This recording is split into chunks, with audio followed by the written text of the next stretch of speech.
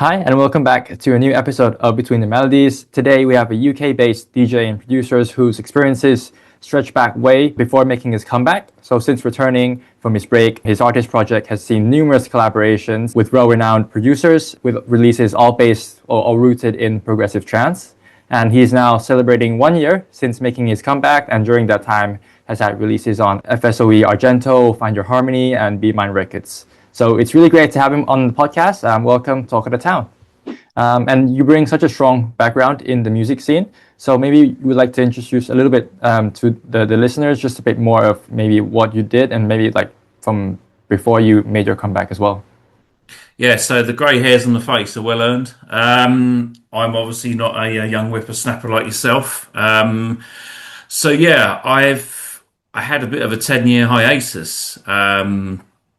Just dropped out of music completely, to be fair. But yeah, back kind of 10, 12, 13 years ago, I was a bit of a jack of all trades. I started with a friend of mine called Michael Kuma, DJ'd under the name of Michael.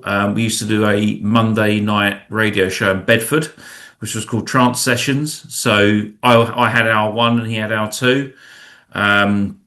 Then we started playing out as a duo. We did an event locally and then got invited to play for a promoter at Ministry of Sound, which was good. Then shortly after that, I formed a record label with a chap called Lewis Doubleby called Elevation Audio. Ran that for a year. I then left that and then joined an artist management firm for a bit. So I had obviously amongst DJing as well.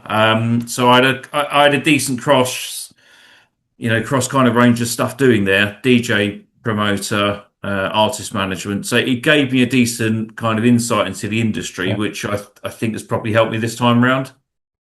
Yeah, we'll touch upon some of those things later in the episode as well. But yeah, let's get right into it. So if you're a regular listeners, you know that we always start off the episode with some quick-fire questions just to get to know our guests a little bit better. So the first question is, what's the story behind your artist name, Talk of the Town? Right, so if anyone sees my not Twitter, Instagram handle, you will see me post the occasional video up from my exploits at Farnham Town Football Club on a match day. So I'm the on-pitch host at half-time. And this was actually before I was involved with the club properly. I used to go to matches and I'd take my headphones and I'd listen to masters I had through or ideas I'd had through. And I was sitting there one evening listening to an in particular track, and I was originally going to call the track Talk of the Town. Oh. And I was going to go under my name, Matthew Driver, as a DJ. And then I kind of thought, do you know what, Talk of the Town's actually quite a cool artist name. And kind of I thought, actually, yeah, just bury my own name, go under the name of Talk of the Town. And then that in particular track came under the lights because I was sitting there under the lights at night watching the game. Oh.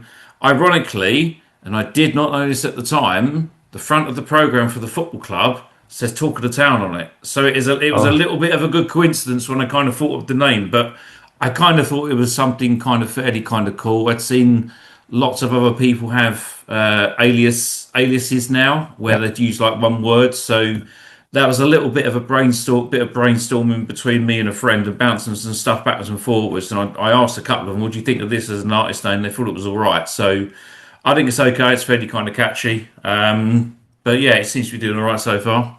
Yeah, awesome. And the next question is, if someone is discovering your music for the first time, which track should they start with? Oh, that's a difficult one. I mean, figures you get attached to every single piece of music, don't you? Yeah. I'm going to say Heart on the Line because it was the track which actually kind of gave me a big boost. Steve Bryan, who's a guy I've been working with since the beginning of the project, managed to get that into Arnie at Black Hole, and it was the first track which actually kind of put me out there and got my name out there a bit. So yeah, it'd be Heart on the Line. You can't not smile when you hear that. It's a great vocal track. And the next question is there, because obviously you've been recently doing your affiliate takeover, so is there, you say like one track that's your favorite of the moment right now? Oh, right. I'm going to dive back a bit actually. Yeah. A little bit because this has been a track which I just think is an absolute storm of a track, and it will never leave my memory stick. It's called My Truth by Lev, um, James Levy. It's just a great track. It's just proper progressive goodness. It just feels really good. It's catchy. It's hooky. It's just, I mean, I probably played that 1,000 times on repeat on Spotify. Ironically, I now work with James Levy. He's given me some tuition. I'm doing some work with him on some tracks. So Cool. something cool came of that. But yeah, My Truth. It's just good. It never leaves the stick. Yeah, and we have one more track for you to think of. But what's been the most meaningful release for you? Oh, ironically, Under the Lights, which has possibly been one of my uh I'm not using the word worst is not great. It hasn't streamed as well as the Yeah. others. It was one of the tracks that I made when I came back. It had a lot of emotional attachment to me. It just didn't pick up for some reason, but I love the track. It's a proper decent feel good track. It's got that Balearic vibe to it. Yeah. And that will always be a track which means a hell of a lot to me, irrespective of the numbers of streaming. It got a decent amount of podcast support. I think the thing is kind of like you've just got to be happy with what you do. Don't get preoccupied by certain things. So yeah, Under the Lights is definitely my one. Yeah, and I think it resembles really well your sound as well. Yeah, the thing is, I want to have fun with the music. I want it to Mm. be, progressive, melodic, uplifting, something that kind of rolls and keeps the dance floor grooving. That's my style of music, and that does epitomise what I kind of do. So kind of like every track that I make as Talk of the Town, it's got those key elements to it. If it doesn't have those elements, then it's probably not for me. And now the last question is, do you have a favorite hobby that you'd like to do outside of music? Oh Christ. I'm a parent, so I have to juggle a lot of things at the moment, Yeah. and I kind of find that I've got that much to do and that much time. Um, Before I picked the music back up, I was an avid golfer. I Mm. don't play as much golf these days, but for me, golf is a little bit of a release. It gets out of the pressures of work and home, stresses of everyday life. It's good exercise, lovely walk. My course around the corner from me is one of the top ones in the country. So kind of like that's good for my mental health. I Yeah. cannot stress doing something like that, not necessarily golf, just doing something, walking, Yeah. running, cycling, just doing something that gets out away from everything, switching off the earphones and stuff like that. That's just good. So, golf. The results are varied sometimes, but I do enjoy the sport. I do love it. Yeah, that's great to hear. And yeah, so now let's dive a bit more into your journey and music. So I wanted to start talking about your sound and where it's heading. So now that you're back, do you have a clear vision of where you want to take your sound, or are you letting it sort of evolve naturally? So, I have a slight different way of working, and this comes from coming into the industry a little bit late. Now, years Yeah. ago, I dabbled in production. I can put the basic bones down on the track, but I am not experienced enough to do everything from scratch, finish it off.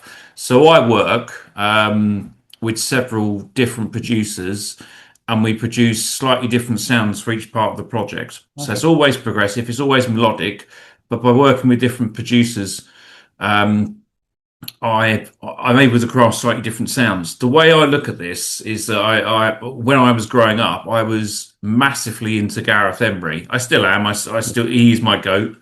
Um, I liken what I put together as what I would hear in his kind of sets. Mm. So he would play his own stuff. He'd play stuff from Ben Gold, Craig Connolly, Luke Bond, all the Garuda stable, then a load of other people, and you get those slight varied sounds in there. So kind of my part of the project in working with kind of other people is allowing me to use their expertise, bring my knowledge into that as well. We combine and work in the studio and then craft the sound. So kind of like I'm upfront about this. I work with Steve Bryan. I work with Exy Minds. I work with David Broaders, Chris Schweizer, Make One.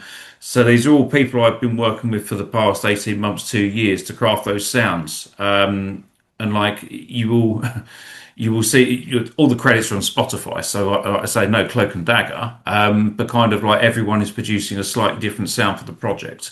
But it's always going to be progressive. It's always going to be melodic. Well, like I say, my thing is I like a groove. I want to be on the dance floor, kind of grooving and chugging along. You kind of get those highs and you get those lows.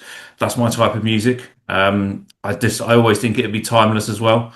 I do Mm. think there's a lot of sounds at the moment, which are sounds of the moment. They will be fads and they will naturally wear out because that's what music does. So kind of like I will always make progressive melodic music. I'm always going to be in that range from probably 126 to Mhm. 132, and that is my sound and that is my craft. Cool. And you said that you work with a lot of people on your music. So are there any sort of lessons that you've gained from those collaborations that maybe you wouldn't have if you were just to work alone? Oh, 100%. So um, I tell you one, a couple of people opened my ears to Mm. vocals. When I was listening to vocals and finding stuff myself before on like Splice or Yeah. Vocalfy, I'm listening for the whole kind of thing Mm. or kind of large portions of it. And then I've worked with different people who now get me looking at the vocals in different parts. Because I think the thing is if you go on somewhere like Splice and you go through all those vocal samples, you know ones which have been rinsed. Yeah. So kind of like by looking at kind of longer versions and using stabs of them, it's a lot different. James Levy's taught me that. We literally had a studio session a couple of months back, and he just said, "Find some vocals, bring them, and we'll kind of work with them." And literally, we were chopping these ones up, and then I've got 4 tracks literally sitting in the pile, ready to kind of go when I need at the moment, which have all got these vocal parts in, Mm. which would have been never everything I would have done off my back. So I think by working with different people, they will open your ears up to things. And there is a eureka moment I think you have as a kind of a producer where you Yeah. go, I can't believe I haven't thought of that before. I mean, another one was when kind of I was sitting with Steve Bryan in Hamburg and we were working over there and kind of like we were listening for samples and he looped something on and kind of said, just go through Splice and find something. I thought I'd never ever thought to loop it before. You kind of like you're working in isolation sometimes. And like I say, it's another bulb moment. I know some people will look at that and go, that's a relatively kind of simple thing for a producer, but everyone's on a journey and everyone Yeah. learns something slightly differently. So kind of like this is the thing I'm enjoying now is that I'm picking Ableton up. I'm able now to put down kind of basic ideas and frameworks to take them on and say, what do you think about this? And then kind of go from there. But yeah, I do think the kind of the vocal stuff for me, it's such a huge part to a track. They have so much Yeah. interest, so that's been big. Yeah, because obviously, as good as things like Vocalfy is, you would probably notice that there's probably like so many other tracks that have been using that specific vocal as well. Yeah, So yeah, just trying to maybe yeah. use sections of it or do something different with it, I think goes a long way. Well, I think the thing is ironically because of Splice and Vocal Mm. Files that I get quite a lot of promos through for the Mm. radio show. Yeah. And it's quite funny. I was sitting listening to something came through from Addictive Sounds and I saw the title on it, it said Go Fast, and I Yeah. knew what it was. And I listened to it and I thought, I've used that Splice sample, which I've got on a track coming out on Find Your Harmony in a couple of weeks. Mm. Now, I know kind of, I listen to it and I'm quite balanced when I hear music. And if I like something, I like something. I listen to the three of them. I'm thinking, I don't think it's as strong as the one we got coming out. Mm. And kind of like, our one's done pretty well. It's the streams are climbing. It had obviously the ASOP play. Yep. It's had a Resonation Radio play. So kind of that's done all right. But yeah, you've got to be clever with what you use. Sometimes it's a little bit of a race to get it out there. But if you can play around with the vocal, don't use the whole thing, then kind of it's not so bad. Mm. And now we mentioned this many times before about you taking a break for a while. So I really wanted to dive into that comeback story and also equally your experience before that.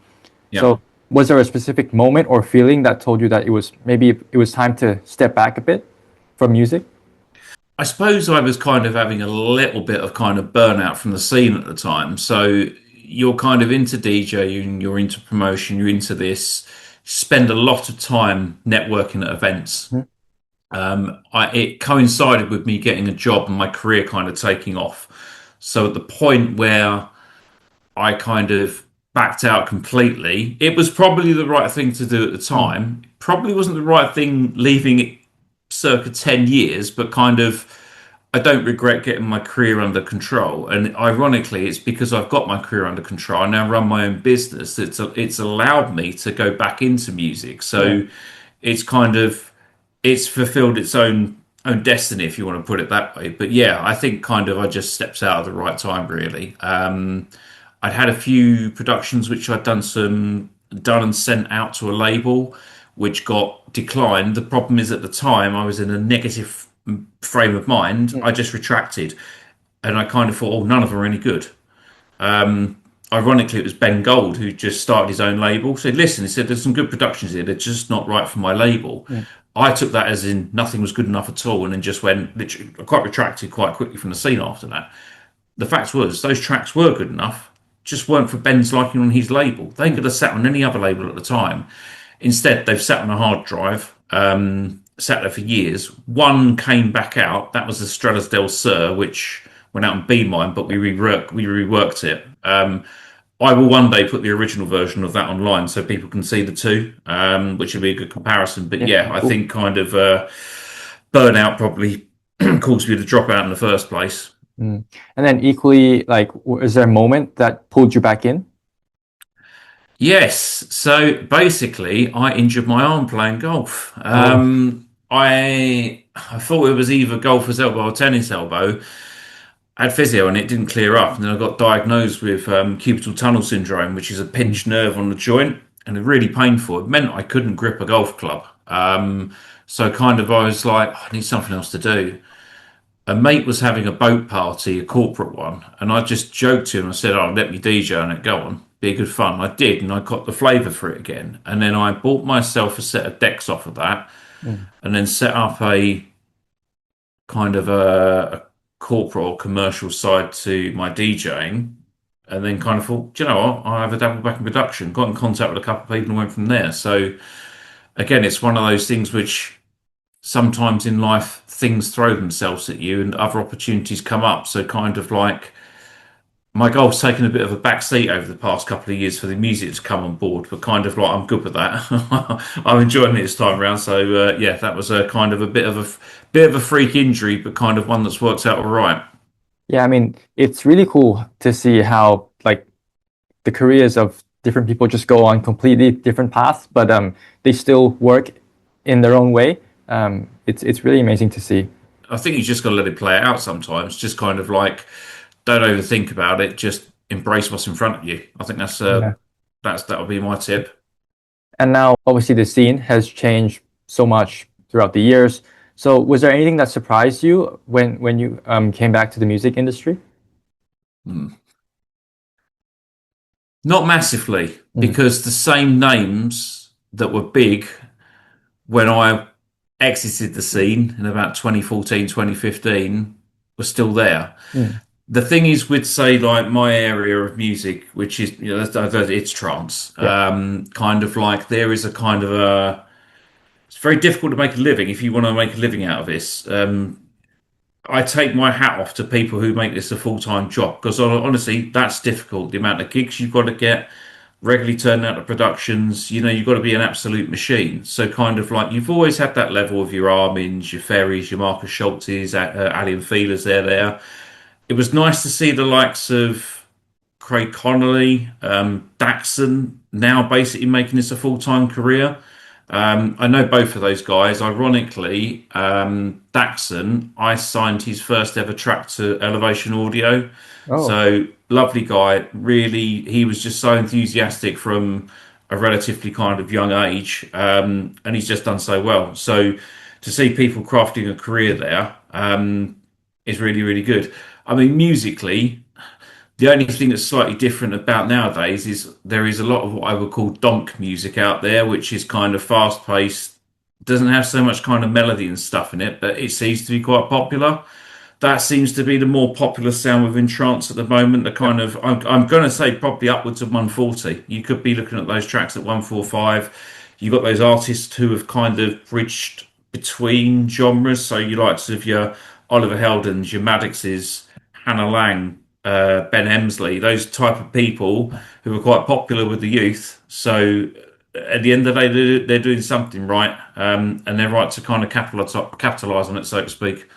yeah. I mean, things change, and I guess yeah, like you said, this is the sound of the moment, but we don't know what's gonna be the next thing the year after, and so on. And now coming back with a fresh perspective, so how do you personally define a successful release? Oh, this is a difficult one because the OCD in me always turns around and says you must get 1,000 Spotify plays because it will Mm, show numbers on their website. That's the OCD in me, honestly. That is probably an unreasonable thing, but that's the thing that always sits on my shoulder. So that is my first benchmark on a track. Can it get to 1,000 Spotify plays? Now, majority of mine have gone past it, so yeah. that's good. I think the thing is every track's different. What you need to do is after that track, say, been out for a month, pinpoint something that's been good on it. Because I've I've got this spectrum of something right up here and right down there. Mm, So kind of like I'm going to start with the one at the bottom, Under the Lights and Miami Rising, which have obviously been probably my lesser grossing ones, if you want to put it that way. They're both solid tracks. They're both good tracks. You know, celebrate that they got play on other people's podcasts and radio shows. They've gone over 500 listens on Spotify. You know, that's what focus in those bits, and then you go right to the kind of top, and you've got something like Heart on the Line, for instance. It's got, I think, nearly 80,000 Spotify plays. It got multiple plays on radio shows. And then, like, obviously, the recent one, Drive Me Home, ASOP play. I cannot stress how big that was to me, and also Simonic as well. That's just kind of given the profile a decent kind of dink up. And then all of a sudden, you're going from like 5,000, 7,500 mm, monthly listeners to 50,000. So, yeah, I think you've got to look at every release is successful because it's been signed. yeah. Plenty of tracks don't get signed, so it's a hard part of getting it signed. Get it out there, do something and celebrate something on everything because there's always a win to be had from it. I think some people can get a bit preoccupied sometimes by thinking, oh, because it's not done this and not done that, it's not successful. You are successful. You've got it out there. You've got it signed. Take something from it and celebrate it. Yeah, because I mean, even for me, like some tracks perform better on Spotify, but sometimes those ones that get, so let's say, less streams, they actually do better in terms of the radio support. So Yeah. it really depends. But yeah, like you said, it's already a great thing for the track to be signed and for it to be released out there to the world. Yeah, 100%.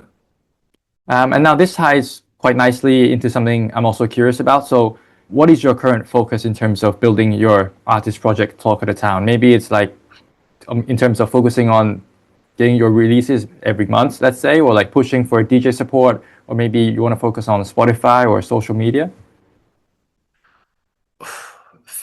Everything kind of has to go hand in hand these days, doesn't Mhm. it? Because I think the thing is, if you want kind of your profile to grow, then the socials will grow around Yeah. it. And I think that it takes time to build those type of things. I mean, for me, the bare minimum that I need to be hitting as an artist is a track a month. Mm. I was told by a good friend who's been in this business for, I'm going to say, probably 20 odd years, Andy McDougall of Trilucid fame. He just said to me, release a month out there. It keeps your name regularly coming out there. He said, if you drop anything off of less than that, then kind of like it's going to fluctuate. So following his advice, it's been doing okay. So that is literally kind of my bare minimum that I need to hit. I mean, I would like kind of like the streams to keep coming. They've done really well for the past year. Multitude of labels as well. And then yeah, just to see the socials grow a little bit. I try and post regularly on socials, so like put up a couple of reels a week, put a few kind of pictures up of how the releases are doing and stuff like that. Put a bit of a person behind it Mm. because there's sometimes things can get a bit too serious. I am a serious person when I need to be serious, but kind of I'm a relatively kind of fun-loving guy. So kind of I've had a lot of fun with Simonic when we did the promos for Drive Me Home. Mhm. Steve Bryan and myself have got one out at the end of this month on Argento, so we will be doing some promos for that shortly. So, yeah, I think it's just see steady growth. As you keep turning up and keep doing the hard yards, then hopefully things will just follow. Yeah, because I mean, as an independent artist, you have to sort of manage so many different aspects of your artist project, and sometimes you might put too much focus on one area and lack on something else. So like you said, it all goes hand in hand, and you have to try and sort of dabble with all of them. Yeah, 100%. And then there's another thing that you recently taken on board, which is your residency at Affiliate Radio. So when you're putting together your radio takeover, what's that sort of link or thread that you're looking for? Is it like a particular mood, or is it like in terms of tempo, or like is there a story behind, say, your mixes? No major story. It's just literally kind of, I get the promos through. I'm looking for obviously kind of progressive trance, um, probably stuff typical. Not sorry, it's not just progressive trance. I suppose you call it progressive house as well. I kind of straddle that genre. So kind of like I'm a huge fan of people like Dosum, my friend, because of art, Nordfeld. People like those I'm huge fans of. So if they've got some stuff out, it kind of sits well. It's really kind of groovy. Then it can kind of progress into the kind of progressive trance end.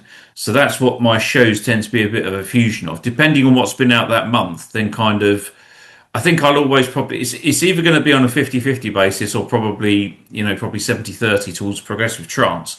But I'm just looking for good music. I don't get preoccupied by a label. I get my promos through from various labels, so thank you everyone out there who's sending the promos through. I then go and do my dive and beatport. I listen to some podcasts. I find someone there. Occasionally, Seren puts one on a show, which I hear and I go, I haven't heard that before. So that goes on my list. But yeah, it's just a case of just putting out a good quality mix, which is synonymous with what I do. I kind of also kind of look at those tracks and go, I would have been proud to make that myself. So kind of putting that in my podcast is obviously a good thing. But yeah, again, I like I say, I don't get preoccupied by a label. I don't care whether that's a big one or a small one.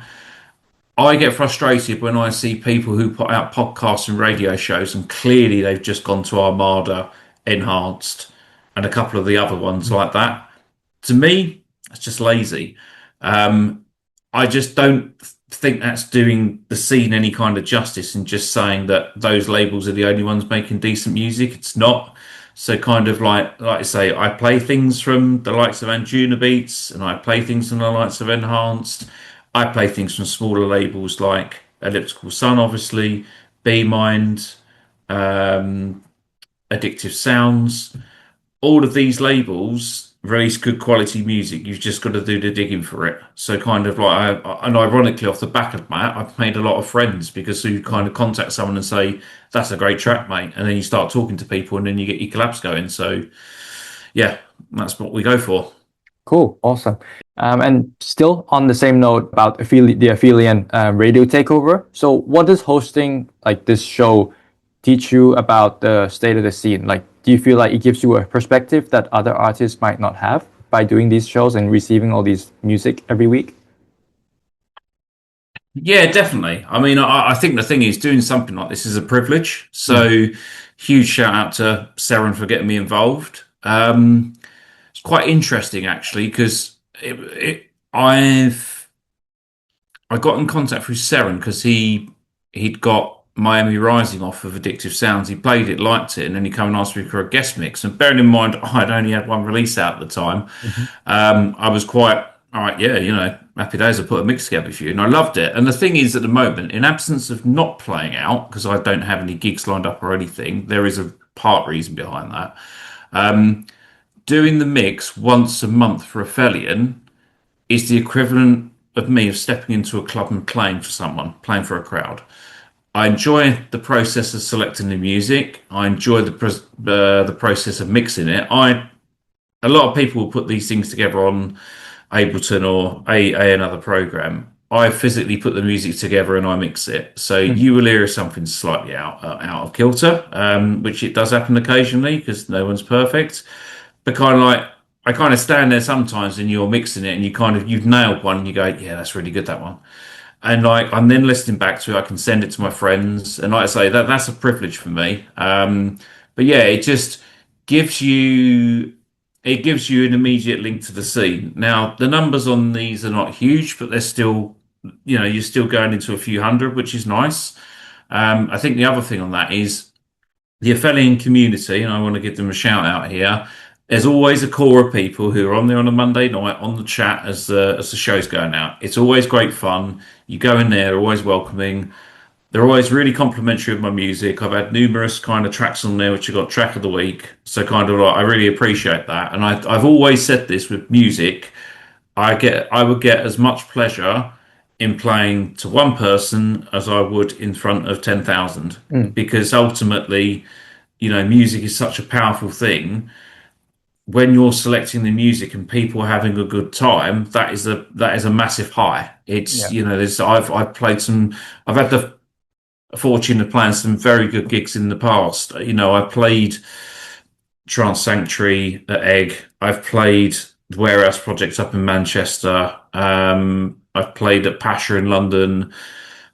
I've played a lot of decent kind of venues and kind of had some good crowds. So kind of like, yeah, when you're kind of putting the music out there, vibing with people, that's massive. But yeah, I can't recommend kind of doing those mixes enough. Even like I say, even if it's not getting much traction, you just got to keep doing it. You keep Mm, because the moment that you don't show up, then everything drops. But if you keep showing up, hard work will eventually pay off. mm. Yeah, because I spoke to a lot of other DJs as well, and one of the main reasons for doing their radio show is just for the love of discovering new music, and also just creating a mix that you enjoy, and so that someone on the other side is going to really appreciate that as well. And also, yeah, I spoke to Borja about his radio show, and also like by receiving all these new music, it does sort of teach him as well about the direction that the scene is heading. So that sort of informs then his productions. So I guess there's also something to learn from doing it. Yeah, absolutely. I mean, honestly, it's a privilege to get the promos through. Mm, It's then, a privilege to find good music. I think there's nothing more rewarding, and you will know this as well, is that you find a track and you're just like, "Whoa, that's good." The arm, the hairs are yeah. standing up on your arms. Then you go down the rabbit warren with that in particular artist and find loads of their stuff. And I mean, he's not producing at the moment. I don't know what's gone on with this guy, but I am a huge fan of Colony. His sound was so good. I remember finding some stuff of his and like digging down Spotify and Beatport and buying all these tracks, and it's just like, oh, it just sounds so good. But kind of like then you struck gold. Mm. I think there's no better feeling than finding good music and then hitting the replay button. I think that's huge. Yeah. And unfortunately, we're coming up on time. And it's been a really insightful chat with you. And again, for those regular listeners, will also know that we always end the episode off with a shout out section. So just putting you on the spot a little bit. So for the first like artist or group, is there anyone you would say is like a rising star or like a one to watch in the scene? Rising one to watching the scene. Oh, blimey. That's making me feel like a right old timer and I've been here a year. Um, I'm going to give a little shout out to a guy that I've just started doing some stuff with on a collab based up in the north of England Mm. called Tropinat. I hope I pronounced that right, Greg. He's done a couple of tracks already on Addictive Sounds. He also had one out on Nomads. That's how I found him. Mm. Track called Propel. Really, really good progressive trance driving track. And I messaged him and I went, that is a good track, mate. And we've just been chatting ever since. So we're in the middle of trying to work a collab at the moment. So Okay. he's doing the first parts on that, and then I will take that afterwards and then work on that myself. Um, so yeah, I'd probably give a shout out to him. I'm also going to give a shout out to my brother over in Germany, Simonic. He's been producing some really good music for the past year. He's had some big tracks out on some good labels. He's just a good, fun guy, and like I say, he's another one at the relative kind of start of his kind of DJ career. He's been in this a couple of years, but I'm starting to see some of his tracks really get a kind of a bump forward now. So, yeah, I think those are two guys at the moment who I'd probably kind of give a little bit of a shout out and some rep for. Yeah, amazing. I mean, it's really exciting to just see all these sort of new talents, all these music coming out. And now another sort of artist is there someone you would love to see as a guest on this podcast? I know you mentioned a lot of names before. Who would be really interesting for you? John Grand, Hmm. lovely guy. He is he's an absolute machine. He's got loads of tracks sitting there ready to go. He's just super talented, really good fun. I met him at the Euphonic Night in Brixton last year. But yeah, I think he's just an all-round good guy. His sound is so good. He can also produce a variety of sounds. He's Hmm. someone who he'd be an interesting person to interview. He also is a front lead singer of a band as well. So kind of Oh. like, yeah, not only is an electronic music producer, he's obviously a singer and a lead singer in a band called New Division. So yeah, I think he'd be an interesting one to interview. Yeah, I mean, we'll see what we can do to get him on the podcast. And Yeah. now, the very last thing before we wrap up is just to look ahead into the rest of 2026. So the second half of the year, you've been releasing a really constant stream of music with, getting strong support. So is there anything you could tease us about what's still to come? Yes, I can. So obviously, Beatdown Boulevard, and so that's out on Elliptical Sun today. I've got 26th or 25th of this month, whatever the Friday is at the end of this month. Steve, Bryan, and myself return to Future Sound of Egypt Argento with a follow up to Tidal Wave. This is a really cool kind of funky track, proper summer vibes. I'm not going to tell the name of it yet because we're drip feeding this out over the next couple of weeks. So that's coming. I also have another collab with Steve, which is going to be out on Rising Harmony in July. And I've also got some tracks signed to another couple of labels as well. I've got another one on Elliptical Sun.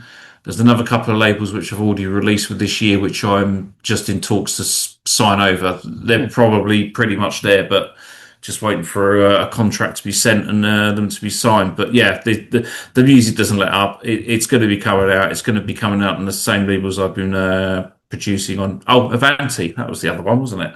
So yeah, managed to get another one at Black Hole. So we've got one out on Avanti in August. Cool, amazing. Really excited to hear all these new music. And yeah, thank you so much for joining us today. It's been an absolute pleasure for you to chat with you. No, thanks, mate. Much appreciate having me on. It's just always good to chat with people who are like wise-minded musically. So yeah, thanks for having me on, mate. And hopefully we'll catch up again soon. Yeah, that's it for this episode of Between the Melodies. As always, make sure you leave us a follow. And yeah, until next time, thank you.